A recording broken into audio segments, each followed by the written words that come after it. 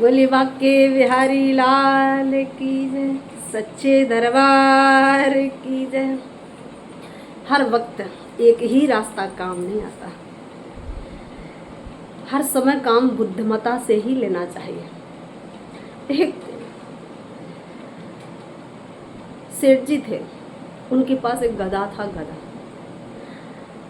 और वो जब बाजार में मंडी करने के लिए जाया करते थे तो गधा के पीठ पर जो भी उनकी सौदा हुआ करती थी लाद दिया करते थे। एक दिन सेठ जी ने क्या किया, एक चीनी की बोरी खरीदी और चीनी की बोरी गधा के पीठ पर लाद दी और गधा को लेकर चल पड़े। बाजार की ओर जा रहे थे, रास्ते में हुआ क्या, एक नदी मिली और चीनी की बोरी में बाहर बहुत था, गधा से चला नहीं जा रहा था।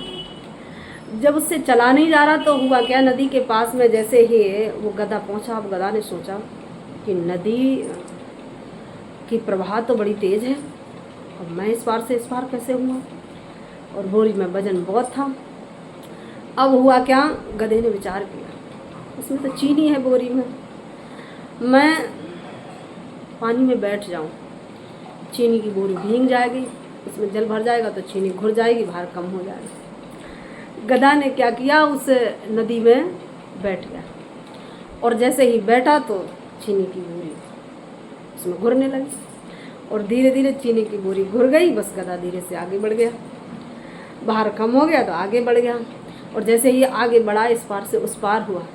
अब सेठ जी ने देखा चीनी की बोरी तो आधी हो गई, घुर गई। सेठ जी को बड़ा बुरा लगा, आज तो गधा ने बहुत धोखेबाजी कर दी।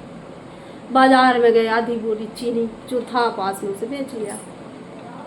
और जब उधर से लौट करके आए तो अब की बार सेठ जी ने क्या किया कि उसी बोरी में रुई भर दी, रुई भर करके गधा के पीठ पर लाद दी। अब गधा उस रुई को लेकर के चल पड़ा।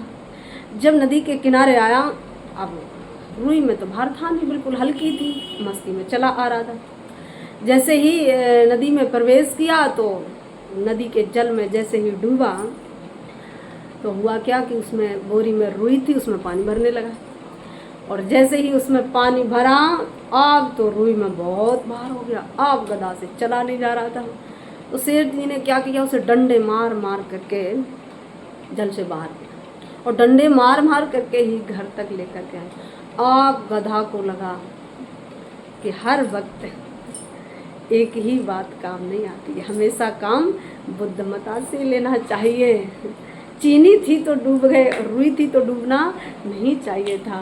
बोले वृंदावन बिहारी लाल की।